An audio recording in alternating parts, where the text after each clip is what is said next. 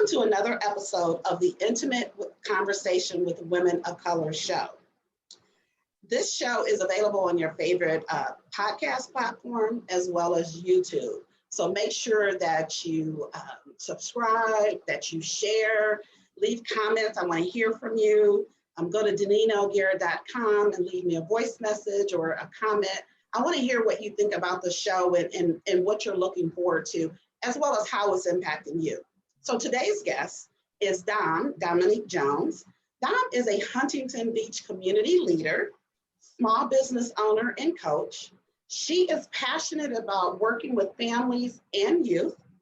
Dom has learned Vietnamese and Tagalog to help uplift more voices in her community and lives with her partner, Richard. Dom, tell us more about you. Hello, everyone, and I'm glad to be here. Denise, thank you so much for having me. I appreciate you. And a little bit about me. I'm a Southern California girl, so I was born and raised in this area, and I love Southern California. I was born in the Compton area, raised in the Compton, Long Beach area. I had not an easy life growing up, but I fought hard. I was in foster care. I was separated from my parents. I had to struggle to go to school. I was moved to 6 different high schools. It was not an easy, pretty picture for me as a young girl. And I was definitely on my own by myself in the system. So I had to listen to that voice that my grandmother, when I was very young, she always taught me to believe in myself and to listen to that inner voice. And she was very much a biblical and a spiritual woman, and always told me to be guided by the spirit. And so there was always a voice inside of me, Deneen, that said, push, you can do this. You don't have to be on the streets. You don't have to be homeless. And so I fought hard. I worked in school to get straight A's. I went to college. And I was able then to get a scholarship to go to college. I went into teaching special needs children who are on the spectrum. And then I went into fitness and the health and wellness space. And I became a physical fitness instructor, group fitness instructor, personal trainer. And then I decided down the line to open up my own gym. And so that's what I do now. That's awesome. So I noticed gloves on your hands. So what are those? What's that? This is the sweater. Okay. Yeah, it's a part of it. So, so I wear a lot of athleisure wear. Yeah. And so this is like a top. And see, this is, you zip it up. And then this is what you wear when you're lifting weights. Okay. So I was thinking of like doing a spin. That's what came to mind when I was looking at your hands. Yeah. Oh my God, that's crazy. That's what I do. I teach spin classes. Yeah. Okay. That's what I thought. And I'm like, okay, so she's like either just finish the ride, about to get on the ride, or maybe she's gonna ride while we on this yes. It's so funny you said that. I taught this morning at 6 a.m. Girl, I'm going right back after our time together to go and train some other instructors. So okay. I'm always riding a bike.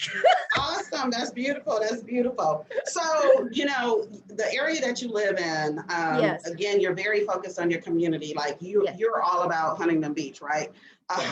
So why is it important for Black and Asian women? Because based on you learning those languages, I'm taking it that you are around a lot of Asian women as well. But why is it important for Black and Asian women to have a platform to use their voices?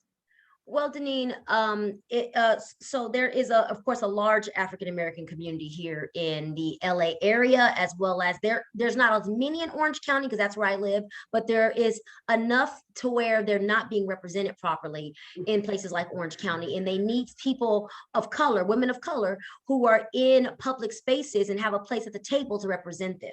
So they need a voice, and it's not here enough. So it's taken me time to get there, Deneen, but I realized that I am in a position in my life to be there for women of color and to speak up, especially with my past struggles in my life.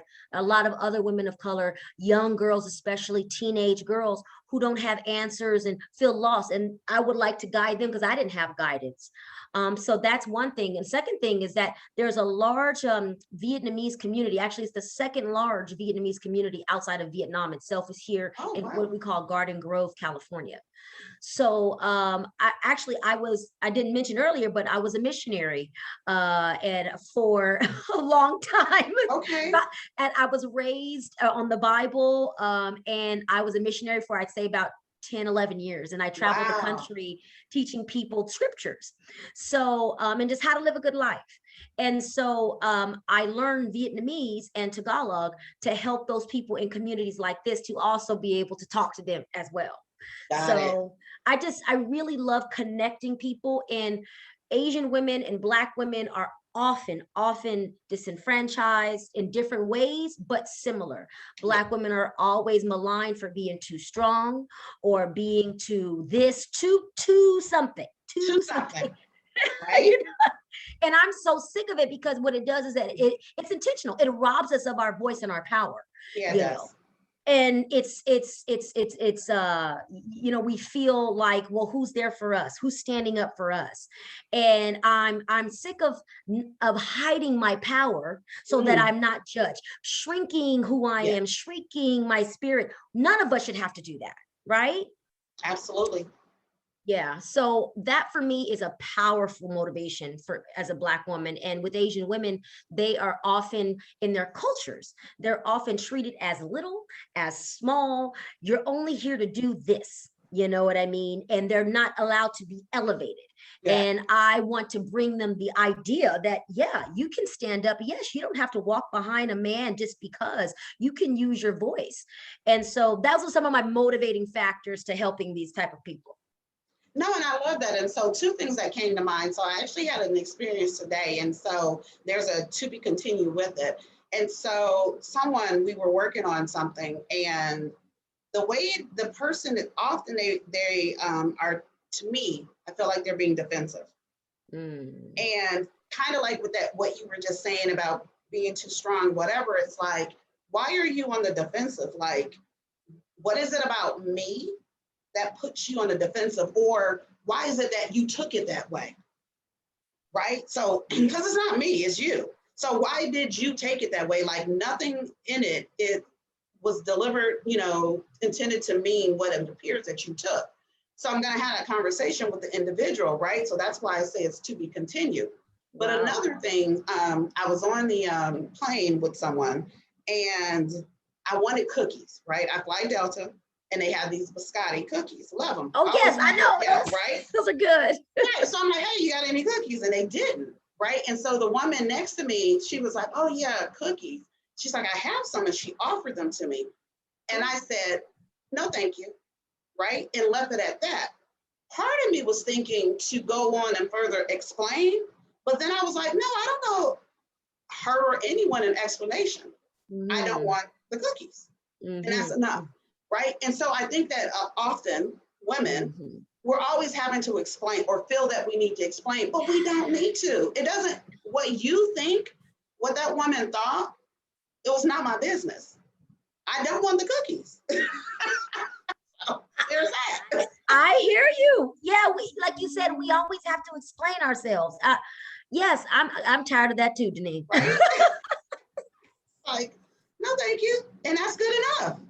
It is, and I'm proud of you. I'm glad that you didn't, because I know sometimes we can even put the pressure on ourselves, and we'll, you know what I mean. I'm proud of you. You actually really stood tall in that moment, girl. Yeah, yeah. And then here's the thing that was kind of unrelated but related. So we were flying back together, saw each other, in the air at the gate.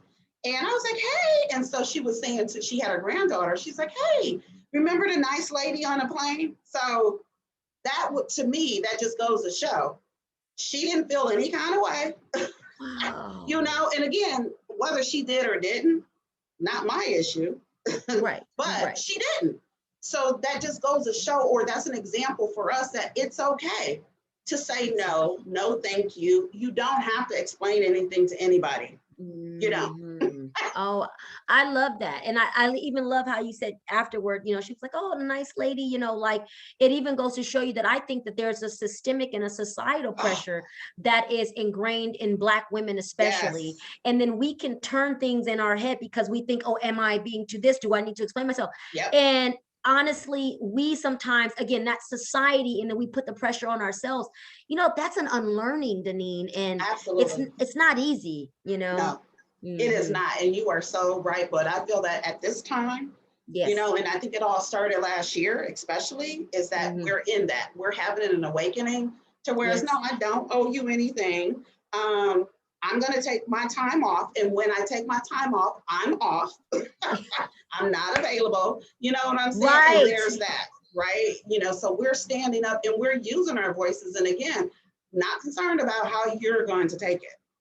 Yes. I didn't Amen. deliver, my intention wasn't that, and then if I'm, if you care enough, depending on how the person react, then yeah, maybe have a conversation, especially if you have to continue to engage with this person, because I could make assumptions, you know what I'm saying? Like maybe she's not being defensive and maybe that's B, that's, you know what I'm saying? So to squash that or to get a better understanding, having that conversation. There it is. I love it. I love it. That's so good. You are, like I've already said, you're very invested in your Huntington Beach community. Again, so much so that you've learned the language. And I've learned, you actually learned the language even way before getting to where you are. Yeah. And you shared a little bit about this, but how were you using your voice for Black and Asian women? So just recently, there was just we had a city council opening, and I just recently got involved in politics. Okay. So what happened was there was someone who stepped down and it created a vacancy. And ironically, I had just been kind of encouraged by some local residents here. You should consider running because I'm in the community and I'm in the, businesses and stuff like that. And I was like, no, I don't want to do that. And they just said, you should try. And I'm like, oh, let me think about it. So I said, well, let me see. So I kind of began an exploratory campaign around early spring. And then as I'm getting ready, I was starting having events, Deneen, and everything was going great. People were coming, talking about, Dom 2022, because the election is next year. So I'm like, oh my God, I'm going to run for the next year and a half. And, and then someone stepped down off city council on June 1st, unexpectedly. And, so it just was a natural thing for me to try to see, is it possible I could obtain this seat that's open now? So I began pretty much a compressed campaign, which lasted, because we just had the appointment July 20th. So about a week ago it started. So I had about 2 months to get traction. So as a Black woman in Huntington Beach, I would have made history being the first ever Black person to ever sit on city council. So I really wanted this for my people, you know what I mean? And I really wanted us to be there, to show us what we can do. And Huntington Beach has a history of white supremacy too. And it's been in the news all during the pandemic, because here there's been a lot of rallies for white supremacy. Oh, and wow. Okay. yeah, there's a KKK presence here. It's a lot. Wow. But so it's not an easy city for people of color to live in. However, despite that, I know it's possible, and this is a city like any other that we all should be welcome in. So I was running and trying to get it, and I was, I joined what's called the Black Democrats of Orange County, which is a club that just formed. I'm so proud of them. And we began going out and talking to people. We just had a memorial for why am I missing his name? He passed away. What's the name, Deneen? John Lewis. There we go. Okay. We had a memorial for John Lewis, and just wonderful things, trying to stand up. And Black people in Orange County tend to be kind of to themselves because it's not a lot of us. So by me getting out there, more were coming out. That's awesome. It was good, girl. So at the end of it all, I tried to seek the appointment. I didn't get it, but here's the good news. There was another Black woman. Oh. Yes. Okay. And I was trying to get the appointment, but I was talking and I was letting those who were in a position to appoint me know, please make history. Please make history. Please. This is an opportunity to elect the first ever Black person to sit on this council. Please, this is your historic moment. I wanted that.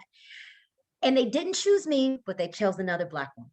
That's awesome. That's awesome. And and the thing about it is, it's not over for you, right?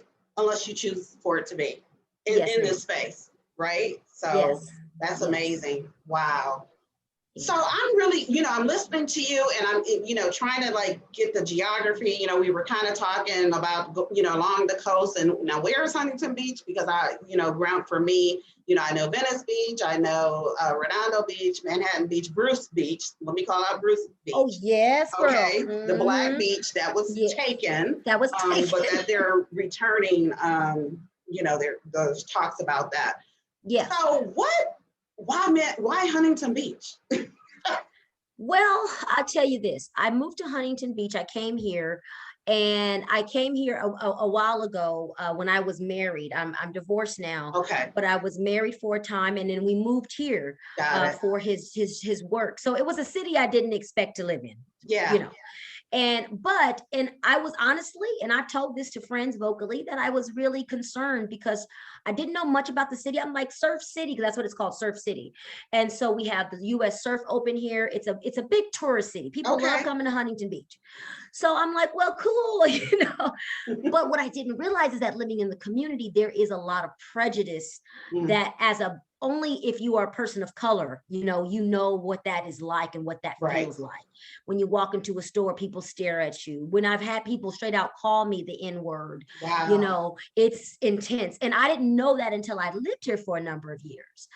And so there was a time not too long ago where I said, you know what? It's so prejudiced. There's so many things going on. I don't think I can handle this anymore. When I go to LA, I feel relaxed. Yeah. When I'm here, I feel, so I'm just like, what am I going to do? Maybe I should move. But then I stopped and I said, that's what is wanted for us to leave. You see, True. That is not how things change. I have to stay. Yes. And I have to do something about it. Yeah. No, you know what? I hear you on that, and you're absolutely right. And so what I definitely want to just, mention and share is that there are people who they are supposed to stay. And then there are others who, nope, you're not. And that's okay. It's about knowing what your journey is, what you're supposed to do, and that's the path that you take. Right? Yeah. So some women, or in your case, youth, because I was reading about a lot of the work that you do with the youth, they don't recognize the power of their voices. And I like to liken using your voice as any way of expressing yourself. So it could be through dance, it could be writing, it could be, speaking like we're doing now. Yeah. And so when you're working with special needs students and speaking to middle and high school youth across the country, what do you tell them to encourage them to recognize the power of their voices? I tell them to realize that the answers are within themselves, that the answers are inside and they are not on social media. Okay. They are not in Nicki Minaj's voice. They are not in the rapper's clothing or the cars or the bling or the superficial materialistic things of life. But the answers are inside, and I tell them that they're enough. I love that. They're enough as they are. They need not conform. They need not fit into a box. They need to believe there is not a box. And they need to flourish and trust in their gifts and in their talents, and don't compare themselves, and allow themselves to grow into the beautiful blessings they're meant to be. I love that. And you know what? This is sounding like a continuation of a conversation I was having earlier today. And and so we were talking, it was more so in a business space. And the woman that I was speaking with, she was like, seeing this or that person on social media and seeing that they're doing this, they're doing that. And, looking at it like, how are they any different than me? And, she recognized and realized they're not.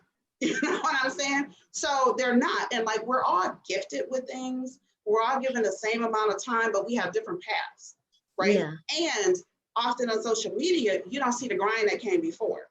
You don't see that that person was struggling for 10, 15, 20 years before they got to what you see today, right? Yes, unless they talk about it, but you still won't see it because people are visual and you're only seeing what you see today. Like Tyler Perry is an example, because I was telling her, I was in Atlanta, leaving the airport. I look over, there's a sign announcing Tyler Perry Studios. Now, what's what's mind-boggling about that is that Tyler was homeless. Now this man is at a point to whereas off of the expressway, I don't know if it was 85, I think it was the 85 that I was on, Tyler Perry Studios. And I go to those studios, right? And it's huge. Like we've probably read about it, whatever, on this huge acreage. Yeah. Again, he was homeless. Yeah. Right? So like what you're pouring into the youth, what you're telling them, it is inside, because Tyler, it was inside of him. And he wanted to bring it out, and he brought it out. But his path is not mine, is not yours, is not necessarily to be duplicated, but it's to be looked upon as inspiration, right? You know, and I can even name other people, like Issa Rae is a huge inspiration for me. Yes. Oh, I love Issa Rae. I love Issa, honey. And then I don't know why she went and got married this weekend and didn't tell me. Was that real? She married. That's real? Girl. I saw that. Girl, where is my invite? I would have went to the South of France instead of the ATL. Okay, she playing.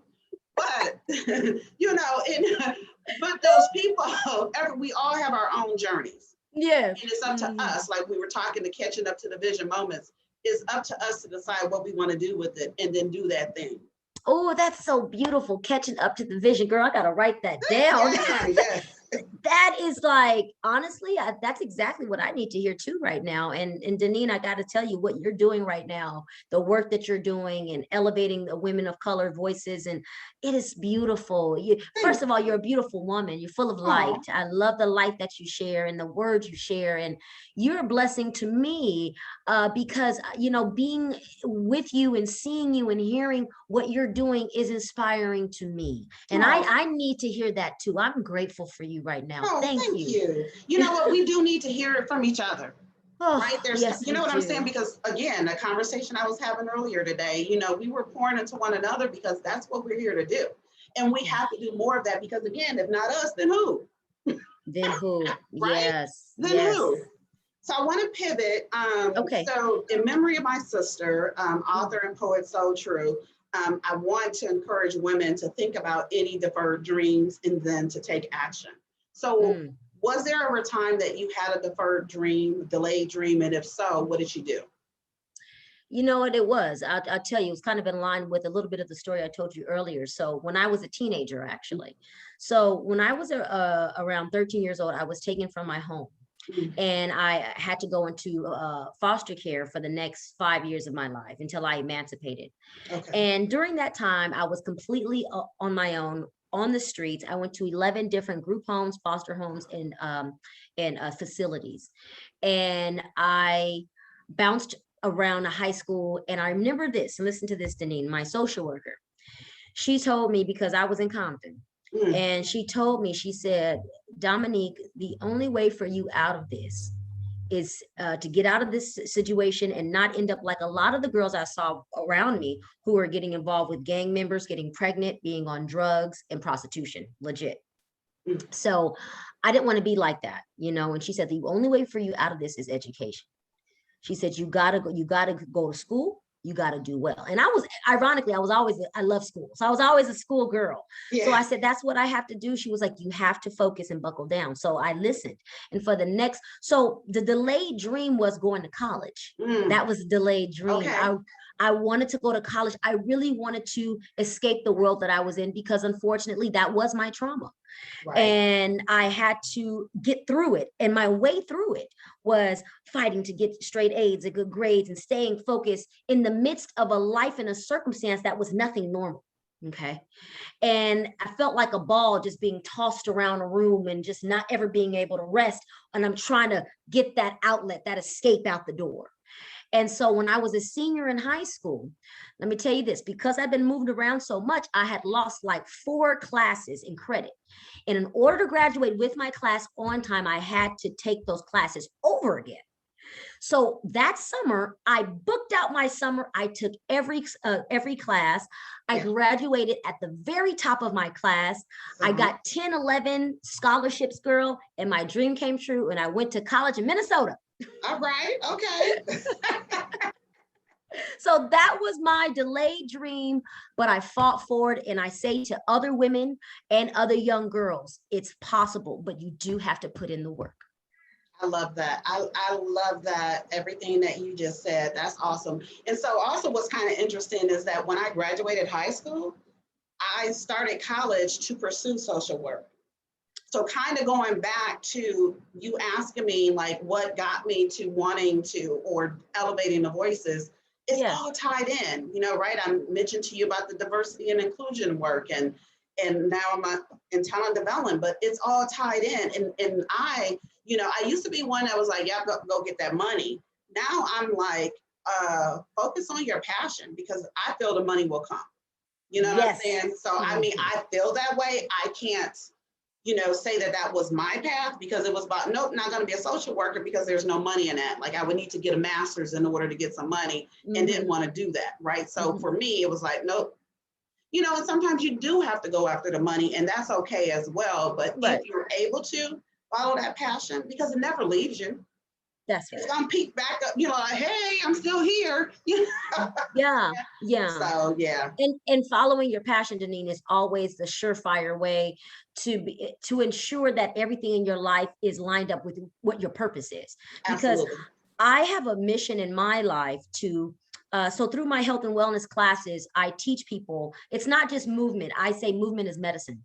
Mhm. So we use movement and with a physical body as a means to go inside and strengthen not just the outside, the aesthetic, because this all withers away, but the spirit and the soul. And then we Yes. can take that power and that energy and that passion into our daily life and lift ourselves up. So it's my mission that I encourage everyone to remember that they're special, that they're important, and that they are here with purpose and intention. They just have to find it. Absolutely. Have to tap into it and take that slow down, right? Slow down. It's inside, right? That's what you said. But when you slow down, you're able to hear, you're able to have those conversations, hear spirit talking to you, whatnot. And I Yes. shared this on a couple episodes that I'm reading this book. Well, I'm finished with the book. And I never remember the name, but I think it's like The Power of Art or the Art of Power, and it's by a Buddhist. And that's exactly what he's talking about, like being mindful, focusing, slowing down, the whole meditation, right? Just Yes. being still, like if you're fixing coffee, focus on fixing coffee and nothing else.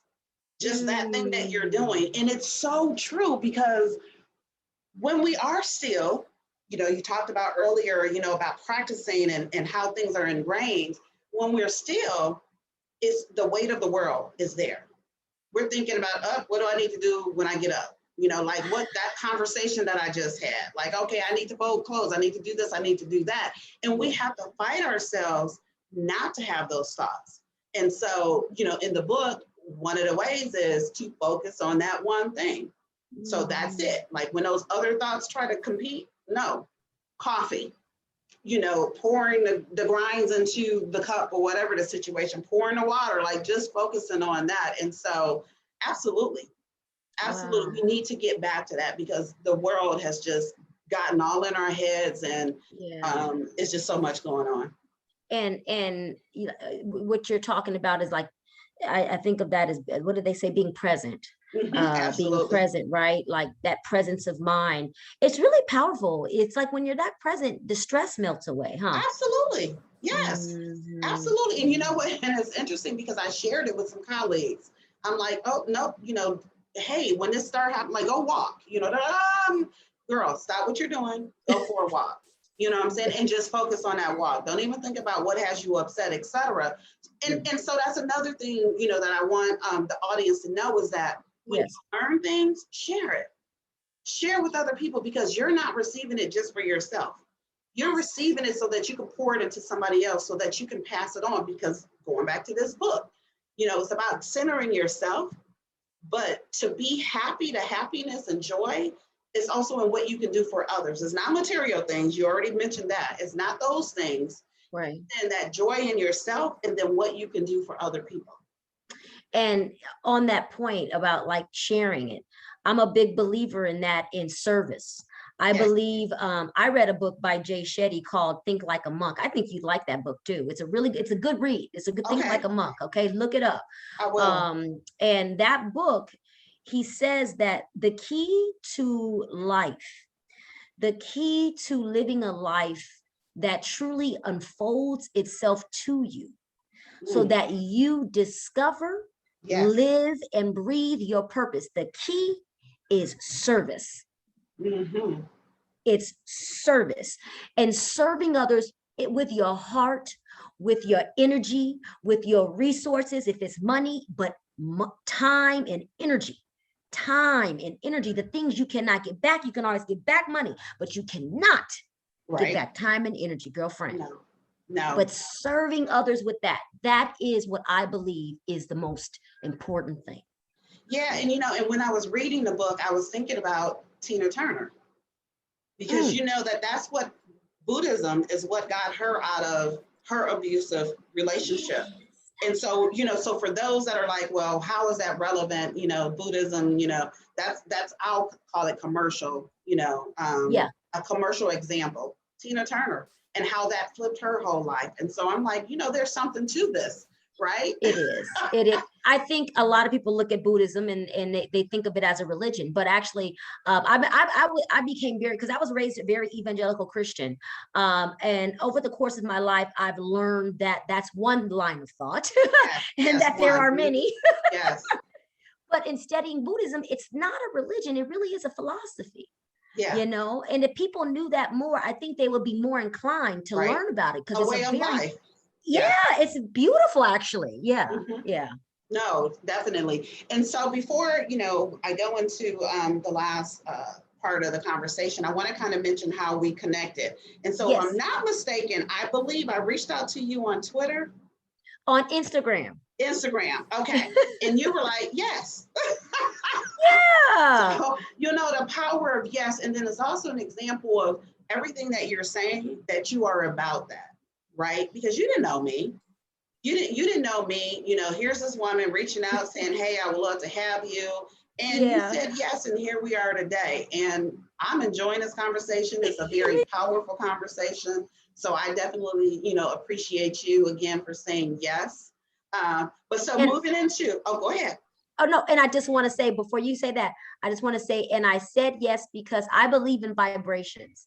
I believe in feeling things. And the way you came across, although it was very simple, but I could feel the genuine nature with which you were asking. And I could see that you were really on a mission to do something good. And I believe we must team up. We must come together.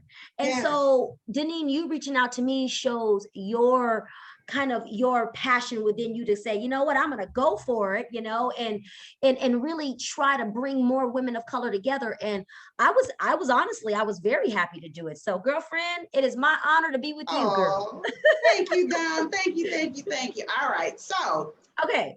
July's focus. So today is still July. And when this airs, if you will be July, but most of it, will be August. So Okay. July's focus is on wealth. And Yes. August 13th is Black Women's Equal Pay Day. So Hmm. according to Equal Pay Today, Black Women's Pay Day is the approximate day a Black woman must work into the new year to make what white, non-Hispanic men made at the end of the previous year.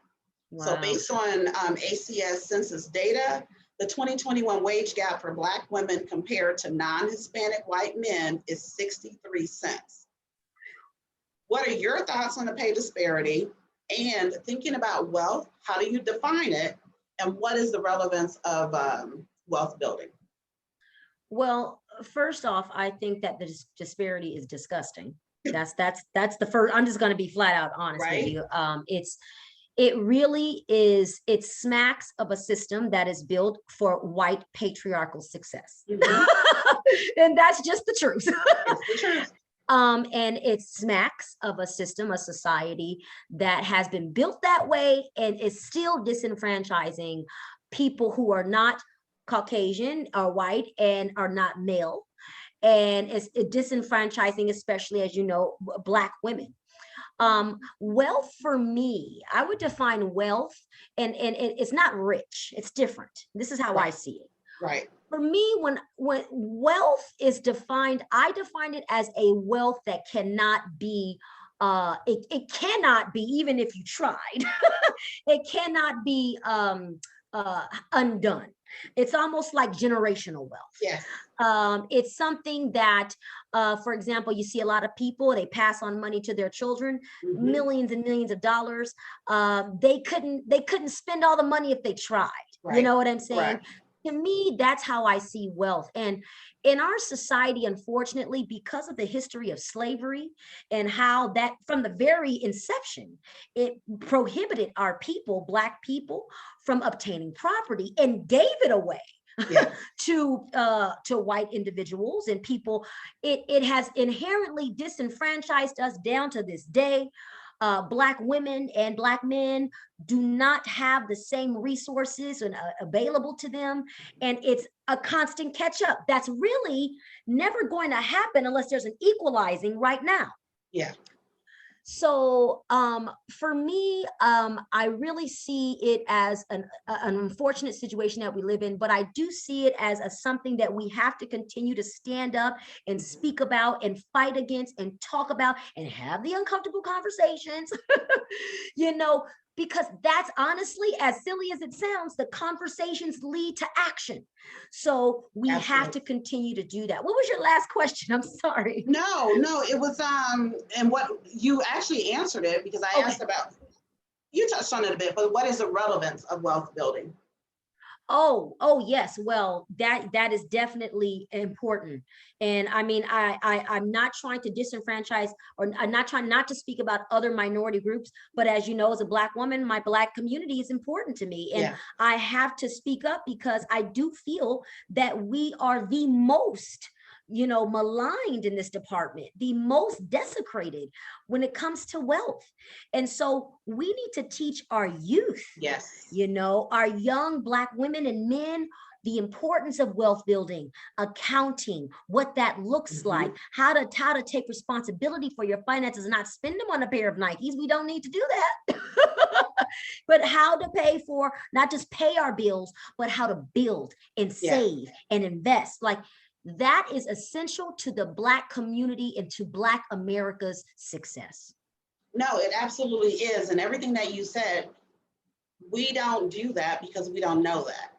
So we have to be intentional to teach our youth, to teach ourselves, right? I'm so proud of the different, there's a woman that I know, family friend, Gail Carey Mason. She has this money youth camp, and I don't have the name right, but where she's teaching youth, and they're building, they're investing, they're buying stocks, they're starting their own businesses. As a matter of fact, she was in Inglewood a few weeks ago, teaching children there, right? And those are the things that we have to do, and we have to be intentional about it. So again, when you learn something, you have to share it and pass it on, right?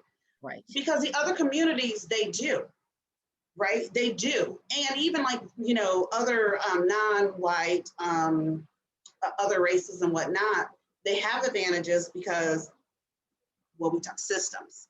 Systems are, are in place stacked against us that are not necessarily, those same systems are not stacked against other people. So then it's easier for them to purchase things or to start a business, to get loans and to get this and to get that. And so when I was in Atlanta, I'm just looking around the areas and I'm thinking, there's a lot of wealth in the Black community, lots of wealth. There's a lot of wealth in Black people. And I'm like, being in certain areas, like let's say there was this one area in Buckhead, and they have the shop. So it's kind of like, how on Rodeo Drive, but at the end of Rodeo where you can go, there's the restaurants and it's shops, and it's like multi-level. Yes. So it's kind of, this area is kind of like that, but instead of it being multi-level, it's like, just all one level, but it's in an area, right? So it's like behind the main street, and it's just in that little section. So I'll even just call it a business community. So I'm like, why can't we have this for ourselves across the way, right? And then you're seeing it a little bit, because then I was in this area called Castleberry Hill, and it happened to have several Black businesses. And I'm like, this is what I'm talking about, but it takes us to come together, which is so hard because, again, slavery, you know what I'm saying? Even though that was 400 years ago, still, because it's still a mindset, right? That in every turn, it's perpetuated, right? And so that's why it's hard. Yes. But we have to do that. You know, those people who are building the, you know, they're buying back the block, they're doing this, they're doing that. We have to come together. We have to be intentional about this thing, right? Yes. And even just yourself, like for me, my son is, he's a rising junior in college, no loans. You know, he didn't get a scholarship, no loans. Because I refuse to saddle him with that. I refuse for him to, you know, in college with that debt. Or even, you know, for me, I'm blessed to be able to, you know, to make it happen. But yeah, and those are the differences, right? Because you have other families, other communities to whereas not only will their kids graduate with no debt, they'll graduate to whereas, oh, I'm buying you a house. So I'm buying you this, I'm buying you that, right? And so we need to put ourselves, get ourselves in that situation. And then I just want to make a comment about Nike. It's okay if you buy Nikes, have some stock in Nike. Right. Okay, so those things that you like, those things that you're interested in, make them work for you. Like games. Remember back in the day, parents were like, oh, you know, that's not going to get you anywhere, but it is today. So those things like we have to instill in our youth, like whatever you're interested in, figure out how to make money. Figure out how to make money and invest in those things that you like. I love that how you said that. It's so true. I mean, make it work for you. And what you are doing, and women like myself and others out there who are trying to elevate other women, Deneen, we are in that position to give back to our communities like you're doing. And really that is kind of the responsibility upon us, you know. That's how I look at it. Like I can't do quote unquote well and not go back to where I come from, because let's all face it, we know when we see a Black person or a Black woman or man who has really worked hard to push and make something of themselves, we know likely they've come from some sort of difficulty to fight through, because that's what we are in this country. We come from something, you know? So we get to keep lifting each other up. And I just love what you said about that. Yeah. Absolutely. Great. Absolutely. So we're at the end, but before we say goodbye, what would you like to leave our audience with? Well, that you're fantastic. That you are, watch her show. She's the bomb. Okay. Well, I do want to say that is true. Deneen, you're great. Thank you for having me. And I just would like to say to everyone, so whether you're Latino, Black, white, Asian, whatever we are one human race. That is what we are. We are one humanity. At the end of the day, I bleed red. We all bleed red. And I'll leave with this example. I'll leave with this analogy. I often say this. It's kind of interesting, but bear with me.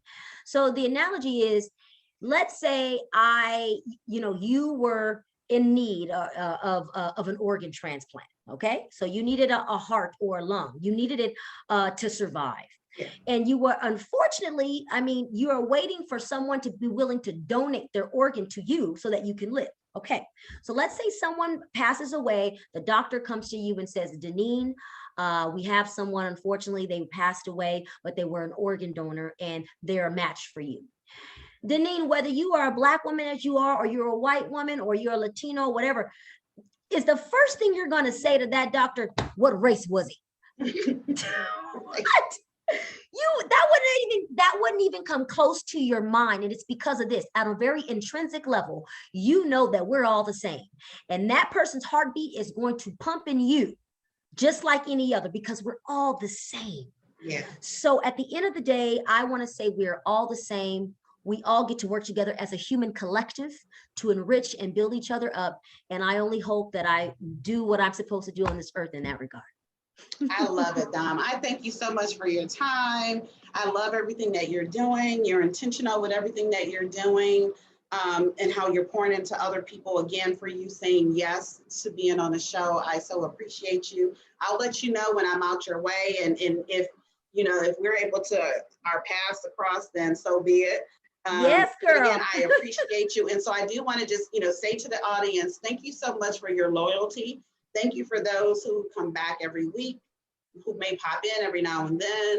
Again, the Intimate Conversation with Women of Color show is available on your favorite podcast platform, as well as on YouTube. Subscribe if you haven't. Share. My goal is to elevate the voices of millions of women of color. And in order to do so, I have to reach them. And that's where you all come in. So go out to DenineO'Gara.com, leave a voice message, leave any kind of message, watch the other episodes. But I so thank you. And I most importantly thank Dominique Jones for being with us today. You got it, girl. Everyone, enjoy the rest of your day. Thank you. Bye-bye.